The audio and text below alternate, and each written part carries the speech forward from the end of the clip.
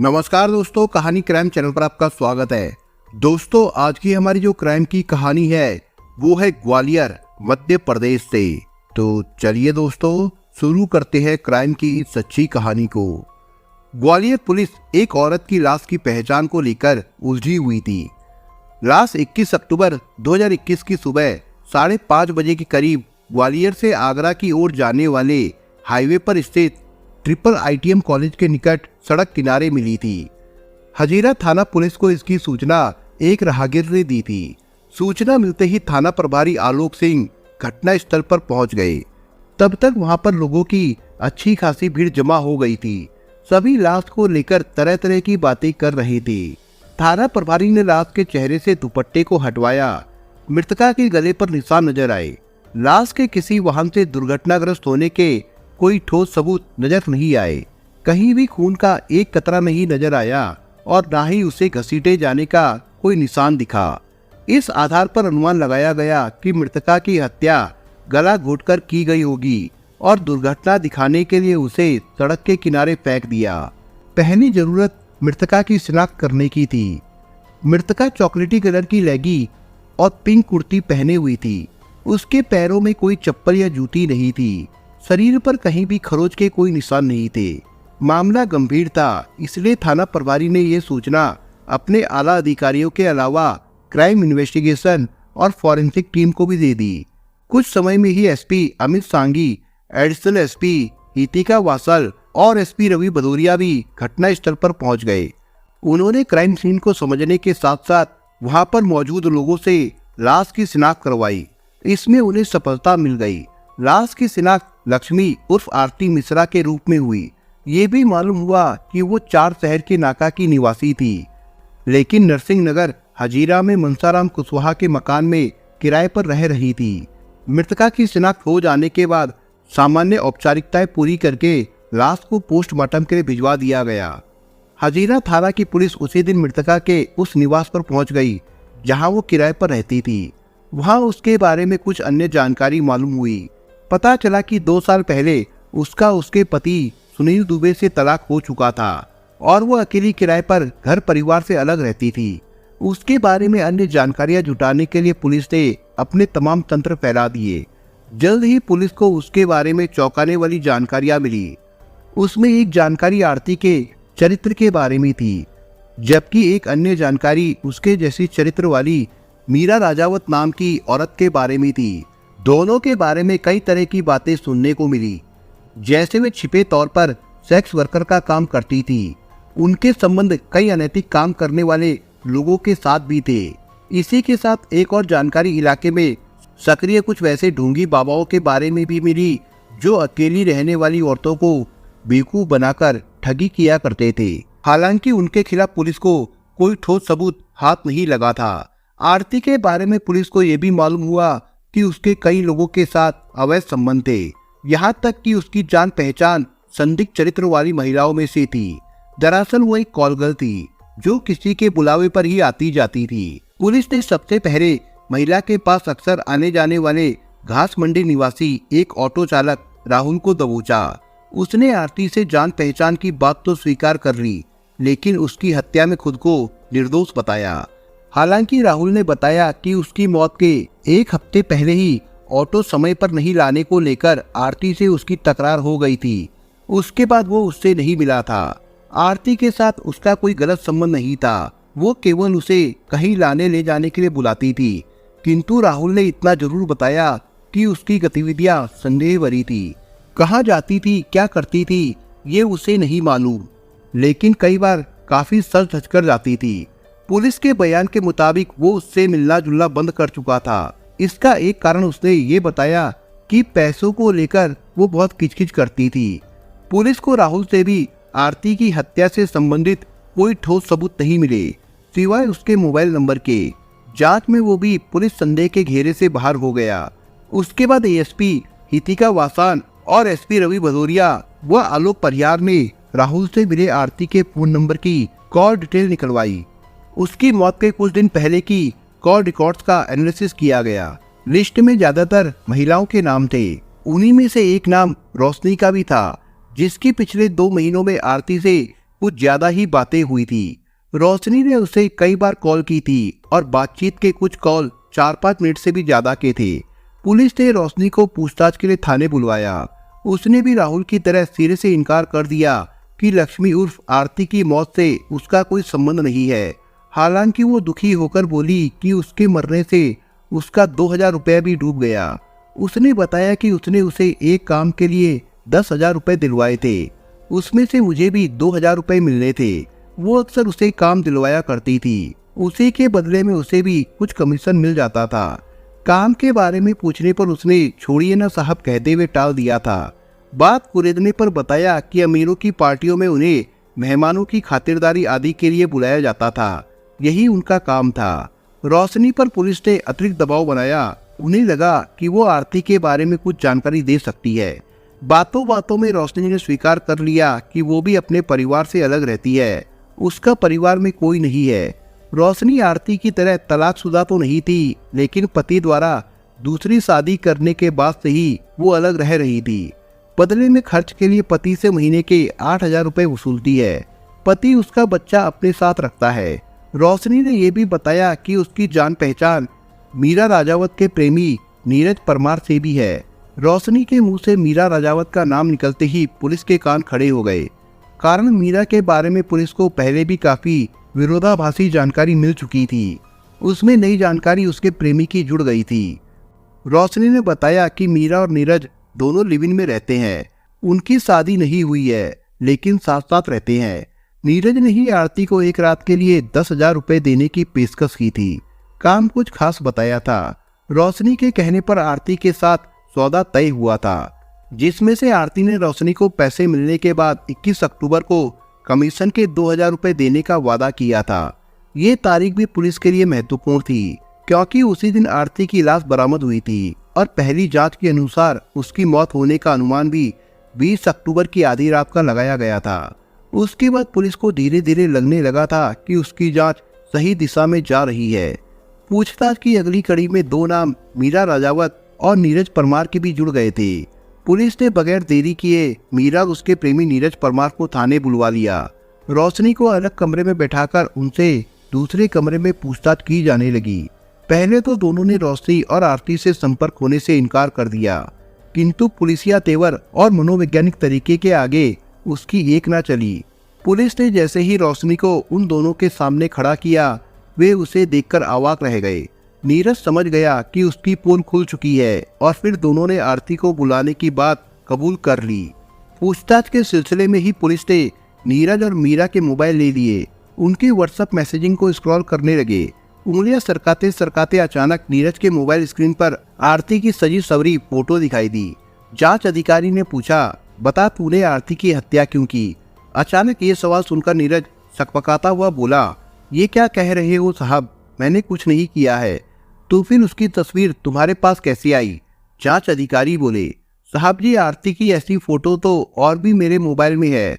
हमारी उसकी जान पहचान है, इसलिए वो हमें अपनी फोटो भेजती रहती है, नीरज ने बताया। और ये तस्वीर भी आरती ने भेजी है। इस बार जांच अधिकारी ने मीरा का मोबाइल नीरज के सामने कर दिया। अब जांच अधिकारी ने आक्रोश के साथ दपटते हुए पूछा, ये तस्वीर आरती की लाश ने तुम्हें भेजी है? दरअसल पुलिस को मीरा और नीरज के मोबाइल से आरती के शव की तस्वीर मिल गई थी, जो नीरज ने मीरा को भेजी थी। वो तस्वीर एक अन्य व्यक्ति गिरवर यादव को भी भेजी गई थी। फिर क्या था, जांच अधिकारी का पारा काफी गर्म हो गया। उन्होंने दोनों को हिरासत में ले लिया और आरती की हत्या के बारे में उनसे गहन पूछताछ होने लगी।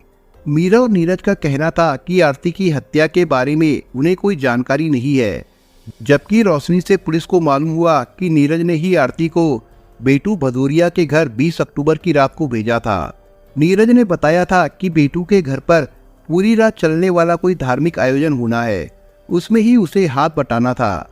तुम दोनों झूठ बोल रहे हो, सच बताओ कि आरती बेटू के घर रात के समय क्यों गई थी? थाना प्रभारी परिहार ने नीरज को एक थप्पड़ जड़ते हुए पूछा। इस पर नीरज तिलमिला उठा। परिहार का हाथ दोबारा मीरा को थप्पड़ मारने के लिए उठा ही था कि वो बोल पड़ी, बताती हूँ साहब, सब बताती हूँ। सच बताना, कुछ भी छिपाकर नहीं रखना। मुझे सच पहचानना और उगलवाना अच्छी तरह से आता है, जांच कर रहे थाना प्रभारी बोले। मीरा ने जब बताया कि बेटू भदौरिया कोई और नहीं बल्कि उसका भाई है, तब जांच अधिकारी को और भी आश्चर्य हुआ। साथ ही उनका संदेह पुख्ता हो गया कि सभी ने मिलकर आरती की हत्या की है। मीरा ने बताया कि उनकी मंशा आरती को मारने की नहीं थी। उन्होंने ऐसा उस समय की परिस्थितियों के अनुसार मजबूर होकर किया। आरती हत्याकांड का पूरा मामला जो सामने आया, उसमें एक और ट्विस्ट तंत्र मंत्र साधना और नरबलि से संतान की पूर्ति के घोर अंधविश्वास का था। पुलिस उनकी कहानी सुनकर दंग रह गई। उन्होंने सिर पर हाथ रख लिया कि टेस्ट ट्यूब से बच्चा पैदा होने के जमाने में भी ऐसा अंधविश्वास लोगों के जहन में भरा हुआ है। इस अंधविश्वास के कारण हुए अपराध की कहानी की जड़ में संतान की चाहत निकली, जिसका फायदा उठाने वाले ढोंगी बाबा की भी भूमिका काफी महत्वपूर्ण थी, जिसकी वजह से एक नहीं बल्कि दो महिलाओं की बलि दी गई। उनमें मीरा, उसका भाई बेटू, भाभी ममता, प्रेमी नीरज परिहार और तांत्रिक गिरवर था। इसमें शिकार बनने वाली अनजान महिला आरती और नीरू थी। इसका पूरा ताना बाना मीरा द्वारा ही बुना गया था। उसी ने अपने निसंतान भाई भौजाई को इसके लिए उकसाया था। हत्या का जुर्म स्वीकारने के बाद पछतावे में रोती हुई मीरा बोली, साहब, भाई का घर आबाद करने की चाहत में तांत्रिक के कहने पर ही आरती और नीरू की बलि देनी पड़ी थी। इसके बाद में उसने जो कुछ भी बताया वो कुछ इस प्रकार से था। ग्वालियर के मोती झील इलाके में रहने वाले मीरा के बड़े भाई बेटू भदौरिया की शादी 18 साल पहले ममता भदौरिया के साथ हुई थी। बेटू ट्रक ड्राइवर था। अभी तक वे निसंतान थे। काफी डॉक्टरी इलाज और मन्नतों के बावजूद ममता की गोद सुनी थी। एक दिन ममता ने अपनी संतानहीनता की पीड़ा मीरा को सुनाई। किसी भी तरह कहीं से कोई बच्चा गोद लेने या दूसरा उपाय करने के लिए कहा। मीरा की शादी नहीं हुई थी, लेकिन वो संतानहीनता की पीड़ा को समझती थी। उसकी जान पहचान कई तरह के लोगों से थी।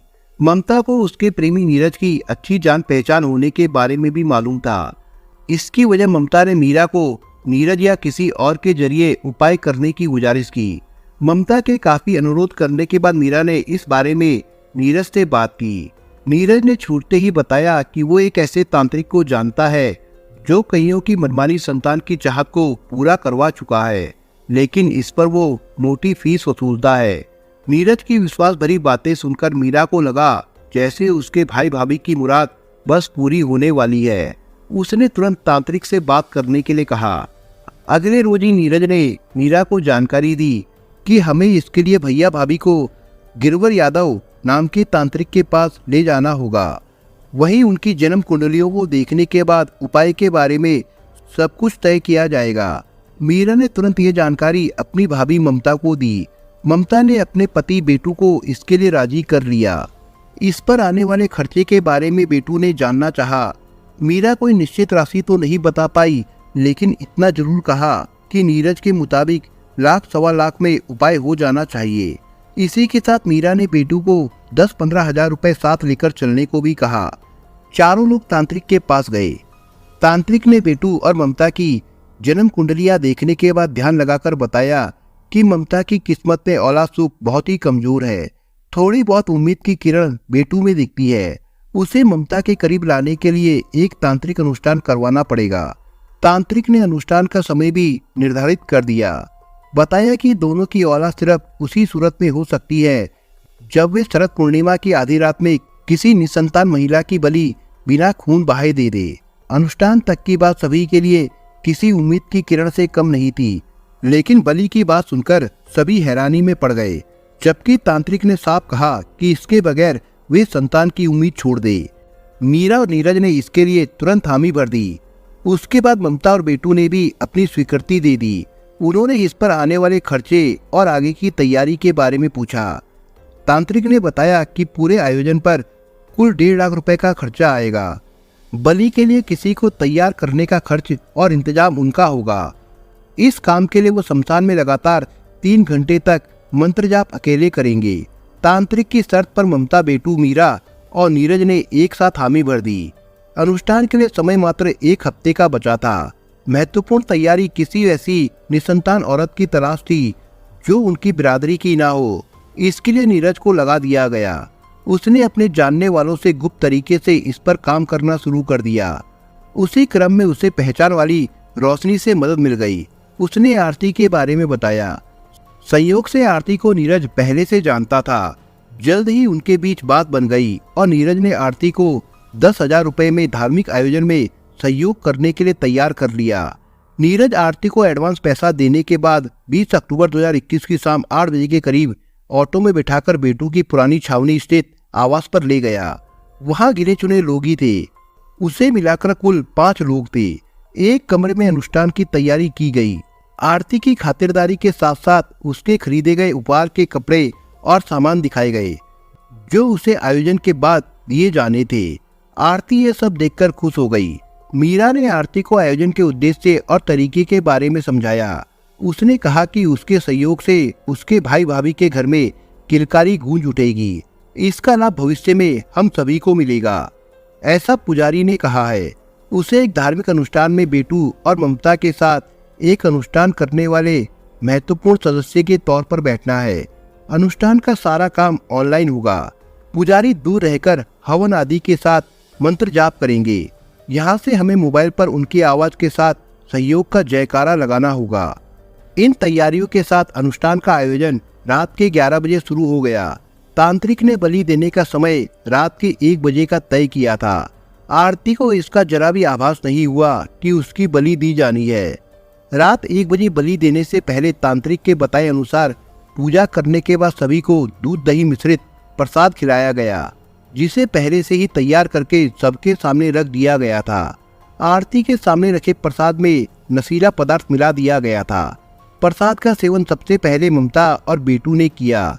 उसके कुछ समय बाद आरती ने प्रसाद खाया। पूजा का आयोजन करीब करीब खत्म होने वाला था। मीरा और नीरज सभी के लिए खाना परोसने की तैयारी करने लगे। आरती बाथरूम के लिए उठने लगी, लेकिन उसने सिर चकराने की शिकायत की। मीरा तुरंत बोली, अधिक समय तक भूखे बैठने से ऐसा हुआ होगा, अभी ठीक हो जाएगा। उसके बाद आरती खड़ी होते ही धड़ाम से गिर गई। सभी पहले से उसके बेहोश होने का इंतजार कर रहे थे। उन्होंने समय गंवाए बगैर उसी के दुपट्टे से उसका गला घोट दिया। उधर तांत्रिक का मंत्र जाप मोबाइल पर जारी था। इधर आरती के प्राण निकल रहे थे। उसके छटपटाने की आवाज मंत्र जाप के साथ मिल गई थी।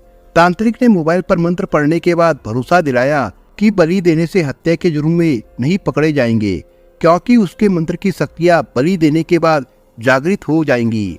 उनसे ही उनकी रक्षा मिलेगी। आरती की बलि का कार्य संपन्न होने के बाद अब उसके शव को ठिकाने लगाना था। इसके लिए बेटू और नीरज आरती की लाश को बीच में बिठाकर तांत्रिक के पास ले जाने के लिए घर से निकले। दुर्भाग्य से ट्रिपल ITM कॉलेज के निकट बाइक फिसल गई और आरती की लाश सड़क किनारे गिर गई। सड़क पर वाहनों की आवाजाही होने की वजह से वे दोबारा आरती को बाइक पर नहीं लाद पाए। उन्होंने उसे वहीं छोड़कर जाना सही समझा। उन्होंने तांत्रिक को इस नई समस्या के बारे में बताया। तांत्रिक ने उपाय के तौर पर लाश की तस्वीर मंगवाई ताकि बाकी का अनुष्ठान पूरा किया जा सके। नीरज ने वैसा ही किया और आरती की लाश की फोटो मोबाइल से खींचकर तांत्रिक को व्हाट्सएप कर दी। लाश को छोड़कर वे लोग घर आ गए। हजीरा पुलिस की पूछताछ में आरोपियों ने बताया कि उन्होंने मर्डर 2 फिल्म देखी थी। उसी आधार पर अकेली रहने वाली कॉलगर्ल आरती को बलि के लिए चुना। इसकी बलि देने के बाद उन्हें पकड़े जाने का जोखिम नहीं होने का भरोसा था। एडिशनल SP हितिका वासल की मौजूदगी में थाना प्रभारी आलोक सिंह परिहार ने मामले की तह तक पहुंचने के लिए नीरज और बेटू भदौरिया से विस्तार से पूछताछ की, तो नीरज ने बताया कि उन्होंने एक नहीं बल्कि 2 महिलाओं की बलि दी थी। ये सुनकर पुलिस अधिकारी भी चौंक गए। तब नीरज ने बताया कि उन्होंने पहले बलि चढ़ाने के लिए कॉलगर्ल नीरू को चुना था। नीरू की बलि देने के लिए उसे 5,000 रुपए का लालच देकर बुलाया गया। फिर योजना के अनुसार उसी दिन 14 अक्टूबर 2021 को अष्टमी के दिन उसे मुरैना जिले के थाना सराय छोला के अंतर्गत आने वाली पीपल खाड़ी की बड़ी नहर के निकट सुनसान स्थान पर ले जाकर उसे जमकर शराब पिलाई गई। जब नीरू पर कुछ ज्यादा ही नशा हो गया तब तांत्रिक गिरवर यादव के बताए अनुसार नीरज ने पूजा पाठ करने के बाद उसके साथ शारीरिक संबंध बनाए। फिर उसी के दुपट्टे से उसका गला घोटकर उसकी हत्या कर दी और उसकी लाश को वहीं पर छोड़कर ग्वालियर लौट आए।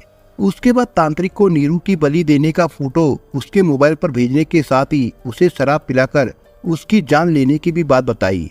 इस पर तांत्रिक ने कहा, तुमने नीरू की बलि उसे शराब पिलाकर दी है, इसीलिए पूजा विधि पूरी नहीं हुई है। यदि तुम्हें पूजा पूरी करनी है तो शरद पूर्णिमा के दिन एक और महिला की बलि देनी होगी। नीरज ने बताया कि दूसरी महिला को तलाश करना आसान नहीं था। तांत्रिक द्वारा बताई पूजा विधि को सुरक्षित ढंग से अंजाम देने के लिए वो और मीरा ऐसी दूसरी महिला की तलाश में लग गए और जल्द ही उनकी मेहनत रंग लाई। फिर रोशनी नाम की महिला ने उन्हें कॉलगर्ल आरती से मिलवा दिया। इसके बाद नीरज ने आरती को भी मोटी रकम देने का लालच देकर पूजा में बैठने के लिए राजी कर लिया। अपने जाल में फंसाकर उसने आरती को भी मौत के घाट उतार दिया। संतान की चाहत में तांत्रिक के कहने पर 2 महिलाओं की बलि देने के मामले का 36 घंटे के भीतर पुलिस ने खुलासा कर दिया। नीरज ने कॉलगर्ल नीलू की हत्या मुरैना जिले के थाना सराय छोला क्षेत्र में की थी, इसलिए पुलिस ने सराय छोला थाना पुलिस से संपर्क किया तो पता चला कि उन्होंने एक अज्ञात महिला की लाश बरामद की थी। पुलिस नीरज और गांव के कुछ लोगों को लेकर मुरैना पहुंची तो उन लोगों ने कपड़े आदि देखकर बताया कि ये नीरू के ही है। जरूरी कार्रवाई करके ग्वालियर पुलिस मुरैना से लौट आई। चूंकि उन्होंने नीरू की लाश बरामद करने के साथ आरोपी ननद, भाभी, भाई प्रेमी सहित तांत्रिक को धर दबोचा था, इसलिए हजीरा थाना पुलिस की टीम को ग्वालियर के एसपी अमित सांघी ने इनाम देने की घोषणा की। इस पूरे मामले को सुनने के बाद पुलिस ने आरती और नीरू की बलि देने के जुर्म में मीरा राजावत, नीरज कुमार, ममता भदौरिया, बेटू भदौरिया के अलावा तांत्रिक गिरवर यादव को गिरफ्तार कर लिया। पूछताछ पूरी हो जाने के बाद पुलिस ने सभी आरोपियों को कोर्ट में पेश किया, जहां से सभी को जेल भेज दिया गया था। दोस्तों, इस कहानी के बारे में आपके विचार क्या है, हमें कमेंट बॉक्स में जरूर बताएं। और दोस्तों, अगर आपको हमारा काम पसंद आया हो तो वीडियो को लाइक शेयर जरूर करिए। और अगर आपने अभी तक चैनल को सब्सक्राइब नहीं किया हो तो जाने से पहले चैनल को सब्सक्राइब जरूर करिए दोस्तों। धन्यवाद।